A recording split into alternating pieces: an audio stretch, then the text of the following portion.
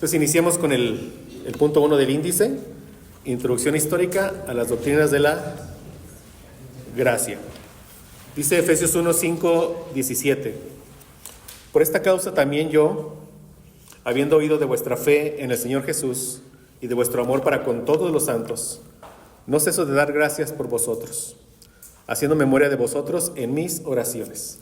Y vean por lo que está orando aquí el apóstol Pablo, dice: para que el Dios de nuestro Señor Jesucristo, el Padre de gloria, os dé espíritu de sabiduría y de revelación en el conocimiento de Él. Ya que esa sea nuestra oración en este curso, en cualquier tiempo, obviamente, que somos expuestos a la palabra del Señor, pero que Él nos pueda abrir el entendimiento para poder entender sus verdades, ¿verdad? Y que podamos conocerle de una manera más profunda a Él para que nuestro amor por Él crezca. Dice, nuestro amor por Dios es como un fuego que hay que conservar. La leña que conserva ese fuego es el conocimiento personal que tenemos de nuestro Dios, de nuestro Redentor. Ese conocimiento, como sabemos, solo procede de la Biblia. Y entre más conocemos al Señor de una forma correcta, hay un resultado posible, solo uno, de conocerle conforme a las Escrituras, es amar más a nuestro Redentor. Entre más le amo, más le quiero conocer. Y es lo que buscaremos hoy, conocerle más para amarle más. Hoy hay un tipo de conocimiento que es muy importante para todos los que hemos sido redimidos por la gracia del Señor. Y es justamente el conocimiento, saber cómo es que fuimos salvados. ¿Cómo es que fuimos salvados? Y este curso, las doctrinas de la gracia, tratan justamente de eso. Del decreto eterno, del poder de Dios, de su soberanía, en la manera en que Él salva a los pecadores. Entonces, este conocimiento de las doctrinas de la gracia es conocer de manera específica cómo es que Dios te salvó a ti, cómo es que Dios me salvó a mí. Y, de nuevo, este debe de producir solo un efecto en nosotros, este conocimiento de Dios, que nuestro amor por Él crezca.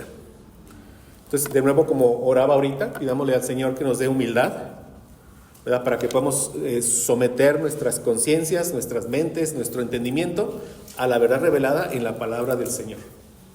Digo, gracias a Dios hemos estado ya expuestos a estas doctrinas, quizás no con esta secuencia, con este nombre, pero a lo largo de lo que hemos estudiado de los pactos, Camino de Emaús, la misma confesión, lo hemos estado viendo. Pero esta forma creo que nos va a ayudar a como que ser un broche de este entendimiento en nuestras mentes. Y quizás algunos siguen luchando con estas verdades, no lo sé. Pero de nuevo, que seamos humildes para que mi entendimiento se sujete a las verdades de la palabra del Señor.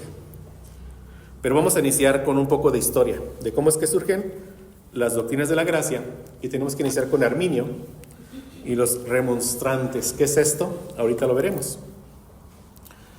Primeramente tenemos que saber que Jacobo Arminio, él vive del 1560 al 1609.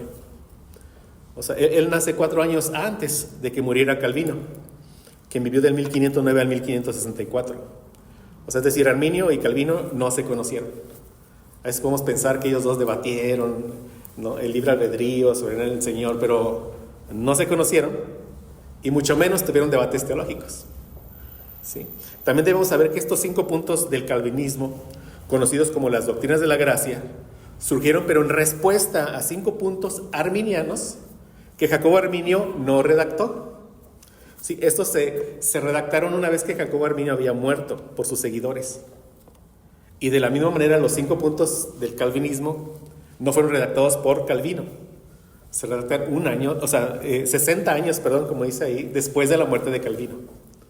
Sí, o sea, ellos ponen por escrito, tanto los seguidores de Arminio, sus ideas, como los seguidores de Calvino, sus ideas, una vez que los dos han muerto. Es importante como conocer esto.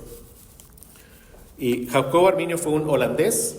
Él estudia en la universidad más importante de los Países Bajos, que conocemos como Holanda, de aquel tiempo, que es la Universidad de Leiden, que fue fundada en el 1575. Arminio se mueve a Ginebra, Suiza. Es la ciudad donde ahí vive sus últimos años Calvino. Y vean, Arminio estudió teología calvinista, con uno de los calvinistas más importantes del siglo XVI, quien fue Teodoro de Beza. Teodoro de Beza fue el rector de la Academia de Ginebra, que fue fundada por Juan Calvino en el 1559. Entonces, Jacobo Arminio no fue solo un simpatizante de las ideas calvinistas, sino que tuvo una formación calvinista. Él recibió educación de los más grandes calvinistas de ese siglo, del siglo XVI. Después, Arminio regresa a los Países Bajos, donde es ordenado como pastor por un pastor de una iglesia calvinista. Y en el 1603 lo nombran a él profesor de la Universidad de Leiden. Entonces Jacobo Arminio, además de pastor, era un profesor calvinista. Y le encomiendan una misión, el tener un debate académico con un profesor que es humanista. Y como es de esperarse, a este profesor humanista le incomoda la doctrina de la predestinación. ¿No? O sea, ya empezamos a notar esto, que evidentemente la que enseñaba Calvino y que enseñaban los calvinistas en Ginebra. Y este profesor, como un buen humanista de ese siglo XVI, él pensaba que la doctrina de la predestinación vulneraba los derechos y las libertades del hombre. Y vean lo que resulta. En su debate con Arminio, el profesor humanista termina convenciendo a Arminio de sus ideas humanistas. Por lo que Arminio empieza a cambiar sus doctrinas calvinistas, que él había aprendido en Ginebra y que él mismo enseñaba. Y hubo dos doctrinas que Jacobo Arminio matizó: la doctrina de la predestinación y la doctrina de la gracia. No las negó, pero sí las matizó, las cambió, ambas doctrinas. Con respecto a la gracia, Arminio enseñaba tres conceptos.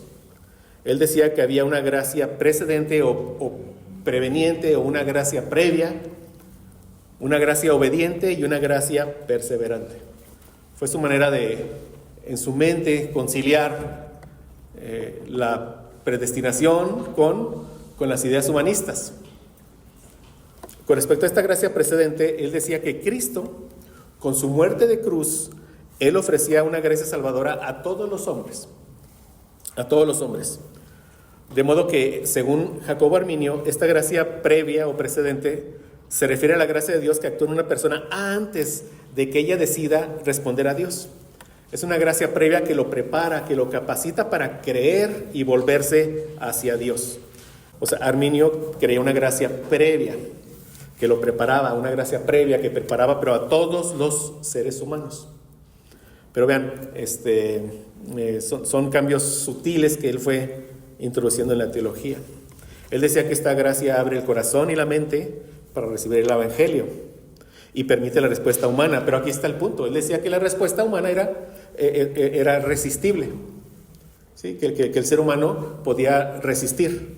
Es decir, que Dios es previo, le da esta gracia, entiende la verdad, pero el ser humano puede resistir, puede tomar otra decisión. Es lo que él empieza a decir. Pero tengamos el contexto, ¿verdad? Esto surge de un debate con un profesor que era humanista, es lo que traía ya en su mente. Entonces, es decir, esta gracia previa o precedente o preveniente se puede aceptar o se puede rechazar por el hombre. Por lo que, y vean una conclusión a la que llegaba Arminio, que es una conclusión incorrecta. Arminio decía que por esa gracia precedente es que los hombres debían rendir cuentas a Dios en el juicio final. Porque el Señor a todos esos que rechazaban de esa gracia les iba a decir: te di de mi gracia y no la recibiste. ¿Ven? Pero empezamos ahí con ciertas cosas. ¿Por qué seremos juzgados en el juicio final todos los seres humanos? Por nuestras obras. Es un juicio por nuestras obras. Claro, los que estamos en Cristo, gracias al Señor por las obras que Él preparó de antemano para que caminemos en ellas, ¿verdad? Y por supuesto por la obra de Cristo en nosotros. Pero todos aquellos sin Cristo serán juzgados por sus obras. Sus obras porque sus propios pecados. Esto es algo que ya se empieza a salir de la Escritura. Pero eso es lo que decía Arminio, que según él por eso es que iban a ser acusados en el tribunal de Dios. ¿Y qué pasaba con aquel que abrazaba esta gracia precedente que era ofrecida en la cruz? Ahí Arminio habla de una gracia obediente. Sí, o sea, cuando esta gracia precedente no era rechazada sino aceptada, se pasaba a una gracia obediente. Y decía que esta gracia obediente es la que sostenía al creyente. Y surge una pregunta que queda sin respuesta. ¿Hasta cuándo sostiene al hombre esa gracia obediente? ¿Hasta que muere o hasta que el mismo hombre decide que esa gracia lo sostenga. Es decir, en esa gracia obediente, ¿de quién depende? ¿De Dios o del hombre? No, bueno, no le estoy preguntando a ustedes. Es decir, es una pregunta para Jacobo Arminio, ¿verdad? Para ellos. ¿Sí? O sea, estaba esa pregunta. Ok, está bien, pero esa gracia obediente, ahora ya, ¿de quién depende? Bueno, algunos estudiosos dicen que Arminio nunca respondió esa pregunta y que sus seguidores tampoco la respondieron. Otros estudiosos dicen que los arminianos históricamente enseñaron que la salvación se pierde. Es algo que históricamente no se tiene claramente qué pasó ahí. Pero bueno, ¿qué pasa si el cristiano decide perseverar? Bueno, hay una gracia perseverante, pero de la misma manera, ¿de quién depende? Bueno, estaba como que abierto ahí con Arminio. Entonces, como vemos, o sea, en ningún momento Arminio niega la gracia, pero él trata de definir en estos tres conceptos: una gracia previa, precedente, como vimos, una gracia obediente y una gracia perseverante. Pero este es el punto. En última instancia, él decía que la gracia era para todos. Todos reciben esa gracia previa, todos. Pero depende del hombre el aceptar o rechazar esa gracia. Ahí estaba el punto. Depende del hombre. O sea, se habla de una gracia, pero finalmente decide. El hombre, una vez que por la gracia ve, entiende, pero él decide. Él decide. Y así, según los humanistas, se vindicaba, ¿verdad?, al hombre, en un sentido. En este punto Arminio rompe con la enseñanza calvinista, totalmente, que es la que estaremos estudiando. O sea, la enseñanza de los teólogos calvinistas que enseñaban en Holanda, en Ginebra, era que Jesucristo muere en la cruz solamente por los elegidos. Que la muerte de Cristo en la cruz es eficaz, es suficiente para los elegidos. Arminio decía, no, la gracia es para todos. Y aquí sale una doctrina, de aquí se desprende, que se llama la doctrina de la expiación universal. ¿Qué quiere decir esto? Que Cristo murió para hacer posible la salvación a todos los seres humanos. La veremos con su detalle cuando lleguemos a este punto. O sea, ellos dicen, Cristo muere en la cruz por todos los hombres, para que esa gracia sea ofrecida a todos los hombres. O sea, Cristo muere dicen ellos, lo que dicen ellos, por la humanidad, pero a la vez no muere por nadie en particular. ¿Sí lo ven? O sea, muere por todos, ok, pero a la vez por nadie en particular, porque de cada quien depende el aceptar o rechazar una vez que recibe esa gracia previa, según lo que ellos enseñaban. Bueno, este era un punto que él matiza. La segunda doctrina que Arminio matizó fue la de la predestinación, o sea, especialmente la elección incondicional. O sea, los calvinos, ¿verdad?, históricamente han enseñado que Dios elige a los suyos antes de la fundación del mundo, según el puro efecto de su voluntad, porque así le plació. Y como mencioné, el profesor humanista, en su debate con Arminio, influye para que él matice su postura. Entonces, Arminio va a mantener la elección. Él dice, sí, Dios sí elige. Pero esa elección de Dios no va a ser incondicional. O sea, Arminio va a explicar que como Dios conoce todas las cosas y Él conoce el futuro, Dios elige a aquellos que ve de antemano que lo van a elegir a Él. ¿Quién es el soberano ahí? Dios o el hombre en la salvación. Y ellos dicen esto, porque hermanos, tuve, no sé, pues gracias a Dios, en su momento muchos debates con hermanos semipelagianos, arminianos, etc. Y yo le decía, oye, ¿quién es el soberano? Y me decían, bueno, es que Dios en su soberanía decidió que el hombre fuera soberano. No, digo, ya esto es muy complejo. Esto ya es muy complicado. Pero bueno, eso es lo que viene desde estos tiempos. Entonces, vean, Arminio va a explicar que como Dios conoce todas las cosas y Él conoce el futuro, Dios elige a aquellos que Él ve de antemano que lo van a elegir a Él. Y sí, Dios conoce todas las cosas. Y sí, Dios conoce el futuro. Él lo decretó, ¿verdad? Y sí, Dios sabe quién se va a salvar. ¿Por qué? Porque Él lo decretó. O sea, ahí no hay debate. El problema radica en decir que la elección de Dios se basa en el hecho de que Dios ve de antemano o sabe de antemano quién lo va a elegir a Él. Y como esto contradice la doctrina del decreto divino. Dios ha decretado todas las cosas. En ese decreto Él ha decretado elegir por gracia a unos para salvación y dejar a otros en su justa condenación. Esta es la doctrina que más adelante se va a conocer por los arminianos como elección condicional y por los calvinistas como elección incondicional. Pero para ellos la elección está condicionada a que el hombre acepte. En la elección incondicional, pues es incondicional, depende solamente de qué, de la gracia soberana de Dios. Entonces, pero según los arminianos, la elección de Dios va a estar condicionada a lo que los hombres hagan a favor de Dios. Ahora, Jacobo Arminio tuvo un duro opositor en Holanda, ahí en la Universidad de Leiden, donde él enseñaba, que fue Franciscus Gomarus. Él vive del 1563 al 1641. Francisco Gomar, como lo podemos también encontrar. Él era un profesor calvinista de la Universidad de Leiden, de los más destacados, de los más fieles calvinistas de su época. Y cuando él se da cuenta de que Arminio está cambiando su postura teológica y que muchos estudiantes de la Universidad de Leiden lo están siguiendo a Arminio, están a favor de Arminio, están siendo persuadidos por él, y esto estaba generando una división en la universidad. Entonces, Francisco Gomar en el 1608 invita a Arminio a un debate. Y este fue muy importante, este debate, porque incluso se da y participan dirigentes políticos de los Países Bajos. Y Francisco Gomar tenía una doctrina sólida, y era un firme calvinista en sus ideas. Pero también Jacobo Arminio era un gran académico, aunque muchos de los argumentos de Arminio, como nos imaginaremos, no eran teológicos, eran lógicos, muchos de sus argumentos. Pero bueno, el debate termina porque al año siguiente se enferma Jacobo Arminio, una enfermedad pulmonar, y muere en el 1609. Y termina ese debate. Pero ¿qué pasa con los estudiantes, con los seguidores? No solo estudiantes, seguidores de Arminio, de quien él había sido profesor, pastor. ¿Qué pasa con todos ellos? Bueno, ellos no quieren dejar morir las ideas de Arminio con Jacobo Arminio, y escriben un documento con 5 artículos, y estos fueron los 5 puntos que ellos redactan en su documento. Número 1, acerca de la elección. Número 2, acerca de la expiación. Número 3, acerca de la depravación total de la humanidad. Número 4, acerca de la gracia. Y número 5, acerca de la seguridad en Cristo. De nuevo, ellos redactan estos artículos cuando Jacobo Arminio ya había muerto, y lo hacen como un documento público. Ellos estaban abrogando por la libertad religiosa, tanto en la universidad como en las iglesias. ¿Por qué? Porque en los estados generales ahí de los Países Bajos, en ese tiempo era calvinista. Los teólogos más fuertes eran calvinistas, los políticos calvinistas. Entonces los arminianos eran una minoría. Ellos abogaban porque las autoridades civiles de los Países Bajos les dieran esa libertad religiosa, para que ellos pudieran enseñar las ideas de Arminio tanto en la universidad como en las iglesias. Sí, por eso es que se dan esa tarea.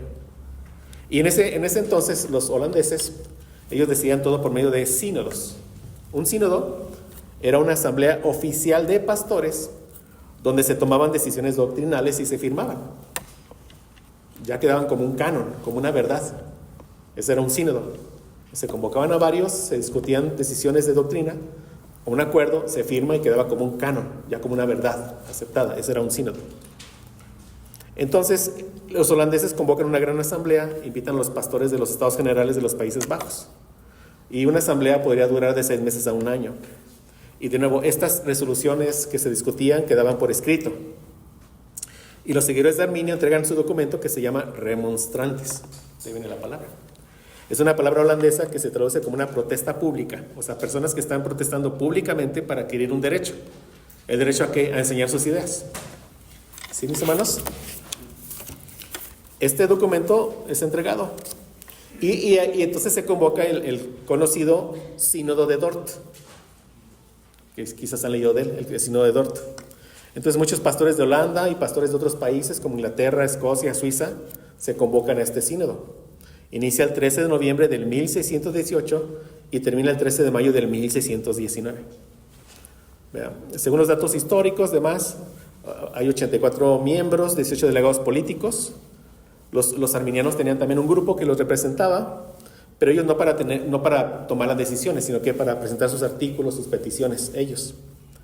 Se realizan 154 sesiones, consultas, etc. O sea, vean, se le dedicó pues el tiempo, muchos teólogos, todo esto. Y aquí los teólogos calvinistas fueron dirigidos por Franciscus Gomarus, el que les comentaba, el que empezó a debatir con Arminio. Fue quien lideró de alguna manera este proceso. Y la respuesta del sínodo de Dort fueron los cánones de Dort. O sea, ya las verdades a las que se llegaron y quedaron como firmadas esta vez como un canon. Los cánones de Dort, como esta es la verdad. Y en su respuesta ellos siguen el mismo orden de los artículos que presentaron los arminianos. Si ven, o sea, aquí en la tablita a la izquierda tiene los artículos arminianos, a la derecha los cánones de Dort. Número 1, acerca de la elección, ¿qué dicen los cánones de Dort? Que la elección es incondicional. Número 2, acerca de la expiación, ¿qué dicen los cánones? Que la expiación es limitada. Número 3, acerca de la depravación total, los cánones dicen que es depravación total definida de una forma distinta, como veremos. Acerca de la gracia, dicen los cánones de Dort, que es una gracia irresistible. Acerca de la seguridad en Cristo, los cánones de Dort aseguran la perseverancia de los santos. Lo que decimos nosotros, salvos, siempre salvos. Entonces, de nuevo, un canon es una decisión doctrinal oficial que se toma en un sínodo. Y entonces ya cuando estos pastores se reúnen y definan esta doctrina, ya queda oficializada con la firma de todos los participantes, con sellos políticos, etc. Esa es ya la verdad. Y ya posteriormente, ya en el siglo XX, principios, probablemente en el 1910, se cambia el orden de los cánones de Dort. O sea, el orden original fue el que les presenté en la tabla, pero fue en respuesta a lo que los arminianos presentan. Después se cambia el orden y es el orden que conocemos ya como las doctrinas de la gracia. En algún punto de la historia estos 5 puntos se resumen en inglés bajo el acrónimo TULIP, que es por el tulipán, la flor más importante de Holanda, y por sus siglas en inglés. TULIP, Total Depravity, es depravación total. La U de Unconditional Election, elección incondicional. Limited Atonement, expiación limitada. Irresistible Grace, gracia irresistible. Perseverance of the Saints, perseverancia de los santos. Es como lo conocemos nosotros. Y es como lo iremos estudiando en el orden de que normalmente se conoce el TULIP. Pero entonces estos teólogos calvinistas, una vez que termine el sínodo de Dort, ellos en su sentencia declaran a los 5 artículos arminianos como una mala doctrina y a los arminianos los declaran como herejes. Ese fue el resultado. Entonces, cuando una persona era declarada hereje, ahí en ese lugar, estamos hablando donde en Holanda, los Países Bajos, él tenía 2 opciones. O se retractaba de su posición doctrinal o se tenía que ir del territorio. De lo contrario, era sometido a penas que podrían ser multas, cárcel o incluso hasta la muerte. Entonces, por eso algunos arminianos se retractan, pero otros no. Y los que no se retractan huyen a los países vecinos, donde se refugian por algún tiempo. En el año 1621, 2 años después de que el sínodo los declara herejes, escriben su confesión de fe. O sea, los arminianos dejan por escrito sus pensamientos, sus ideas, lo que ellos creen. O sea, la confesión de fe arminiana clásica. O sea, los que dicen arminianos serios deberían de conocer esto. Evidentemente nosotros no estamos de acuerdo con eso. Pero tienen también su confesión de fe. Bueno, esa es la historia, mis hermanos, ¿verdad?, de cómo se llega a los cánones de Dort. Los cánones de Dort, conocidos como doctrinas de la gracia, que es el TULIP. ¿Sí? Esa es la historia. Pero fíjense, o sea, entonces, como vamos a ver en qué se centran estos cánones, el acto fundamental de la salvación de Dios hacia los pecadores. Es lo que estaba ahí en disputa. Cómo Dios salva a las personas. Ahora vean, esta iglesia reformada de los Países Bajos tiene 3 documentos. O sea, son sus formas en las que ellos tienen unidad doctrinal. Es la confesión belga, el catecismo de Heidelberg y los cánones de Dort, o doctrinas de la gracia. Son sus 3 documentos. Estos 3 documentos, mis hermanos, son los fundamentos doctrinales de esa iglesia, de la iglesia reformada de Holanda. Ahora, la confesión de fe de Westminster, que es la de los presbiterianos puritanos ingleses, escoceses, surge de estas 3 formas de unidad doctrinal. ¿Sí, mis hermanos? O sea, toman mucho de estas 3 y sale la confesión de fe de Westminster. ¿Y de dónde sale nuestra confesión de fe? La segunda confesión de fe de Londres de 1689. ¿De dónde sale? Surge de la confesión de fe de Westminster. Y ya claro, con distintivos bautistas reformados, obviamente. Pero vean cómo se va, digamos, heredando ese cuerpo doctrinal. Y hermanos, estas son declaraciones que son consideradas ortodoxas de la fe, sanas de la fe, con las diferencias que tenemos. Nosotros abrazamos obviamente la Confesión Bautista de Fe de 1689, pero tiene aquí en sus entrañas, por así decirlo, que tiene ahí los cánones de Dort, que son las doctrinas de la gracia. Entonces, para ver esto, mis hermanos, vamos a comparar de manera inicial las definiciones de la doctrina de la gracia, y de estas definiciones van a encontrar muchas. Igualmente, si le dan en el internet, encuentran cientos de videos de cada una de ellas, ¿verdad? Pero vamos a ver alguna definición y vamos a ver que esa definición está contenida en nuestra Confesión Bautista de Fe de Londres de 1689. Entonces, si estamos ahorita estudiando la confesión y si nos permite abrazar la confesión, tener una primera membresía, tenemos que aceptar los cánones de Dort, porque son parte de aquí, están aquí en nuestra confesión. Miren, con respecto a la depravación total, una definición. Nuestra corrupción pecaminosa es tan profunda y tan fuerte que nos convierte en esclavos del pecado y nos hace moralmente incapaces de vencer nuestra propia rebelión y ceguera. Esta incapacidad para salvarnos a nosotros mismos es total. Dependemos totalmente de la gracia de Dios para vencer nuestra rebelión, para que nos dé ojos para ver y para que nos atraiga al Salvador de manera eficaz. Es una definición de la depravación total. Y vemos en el capítulo 6 de nuestra confesión, la Bautista de Fe de 1689, vemos el capítulo 6 que es de la caída del hombre, del pecado y su castigo. Y vean lo que dice: por este pecado nuestros primeros padres cayeron de su justicia y rectitud original y de su comunión con Dios, y nosotros en ellos, por lo que la muerte sobrevino a todos.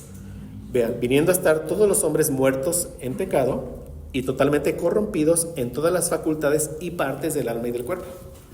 Aquí podemos tener como este ya lo revisamos, gracias a Dios, cuando estudiamos la confesión de fe, pero vimos muchos textos. Pueden aquí ver de manera inicial Efesios 2.1.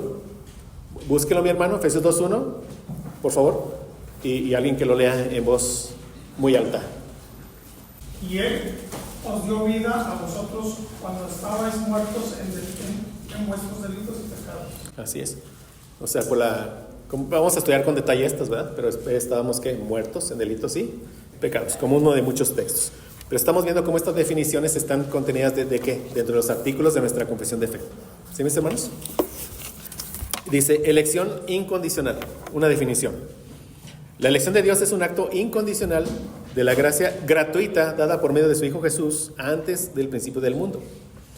Por este acto Dios escogió antes de la creación del mundo a aquellos que serían liberados de la esclavitud del pecado y llevados al arrepentimiento y a la fe salvadora en Jesús.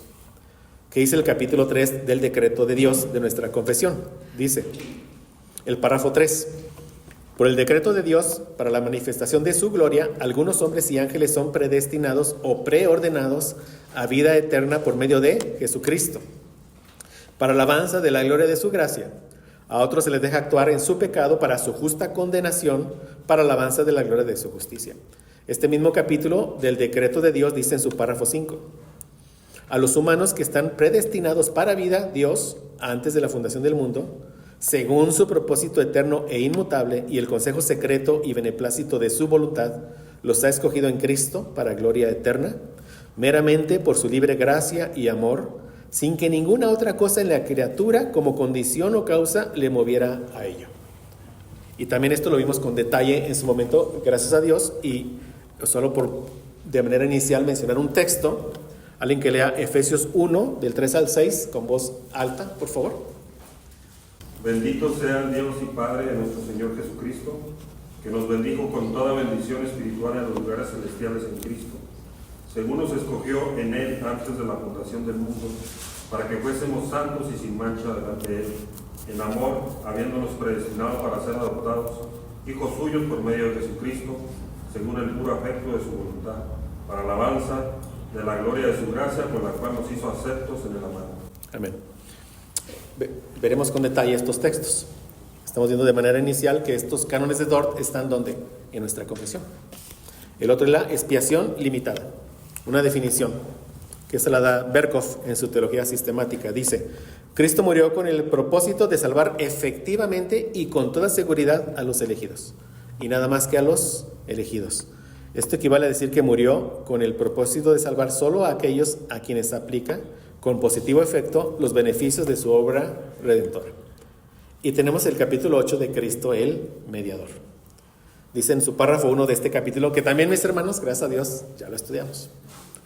Agradó a Dios en su propósito eterno escoger y ordenar al Señor Jesús, su Hijo unigénito, conforme al pacto hecho entre ambos, para que fuera el mediador entre Dios y el hombre, profeta, sacerdote y rey, cabeza y salvador de la iglesia, el heredero de todas las cosas y juez del mundo.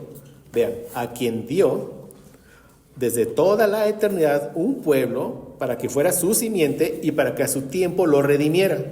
¿Ven? Estamos viendo ¿qué? La expiación limitada, que también se conoce como redención particular.